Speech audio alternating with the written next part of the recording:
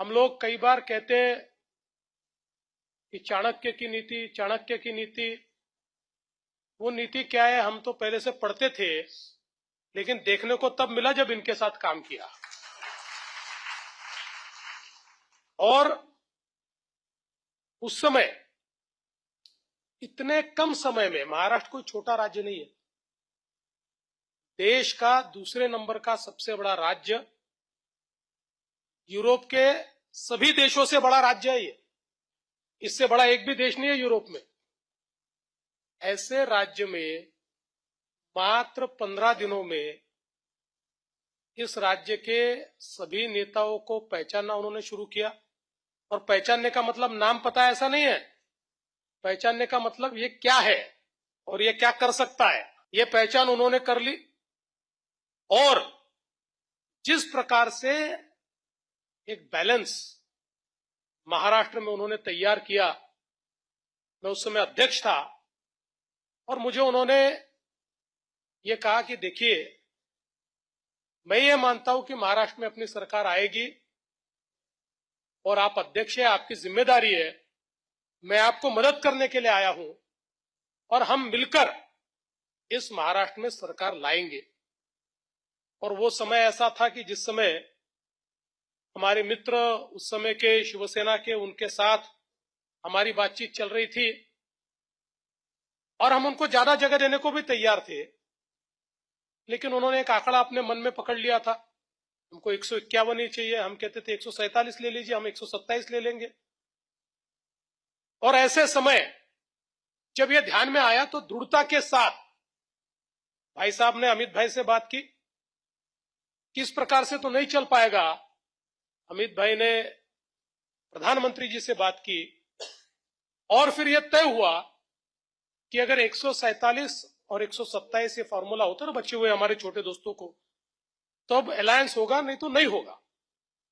ये जब तय हुआ तो भाई साहब जानते हैं, केवल भाई साहब, मैं और अमित भाई, तीन ही लोग कॉन्फिडेंट, प्रधानमंत्री जी तो थे ही, तीन ही लोग कॉन्फिडेंट थे कि हम लड़ सकते हैं। बाकी पार्टी में कोई कॉन्फिडेंट नहीं था। सब लोग ये मानते थे कि क्या फैसला आप लोग कर रहे हैं। भाई साहब ने मुझे कहा चिंता मत करो, फैसला करना है और अपन चुनकर आएंगे।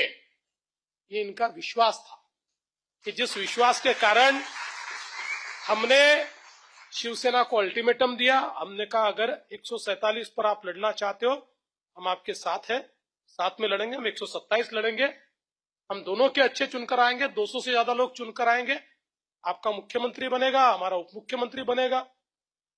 पर शायद विधि का विधान ये भी था कि मुझे मुख्यमंत्री बनना था,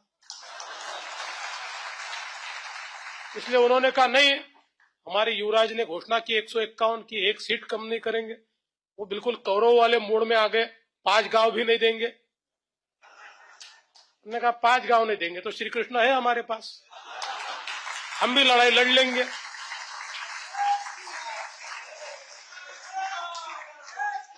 तो लड़ाई हो गई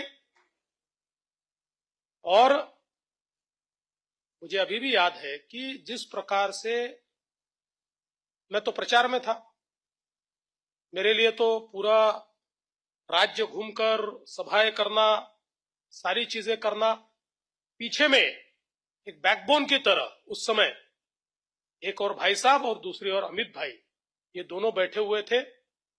और हमारे प्रधानमंत्री जी का, आदरणीय मोदी जी का जो एक ऑरा था, उनकी जो क्रेडिबिलिटी थी, उसके कारण पहली बार और इतनी कम तैयारी से हम 260 सीटें लड़े।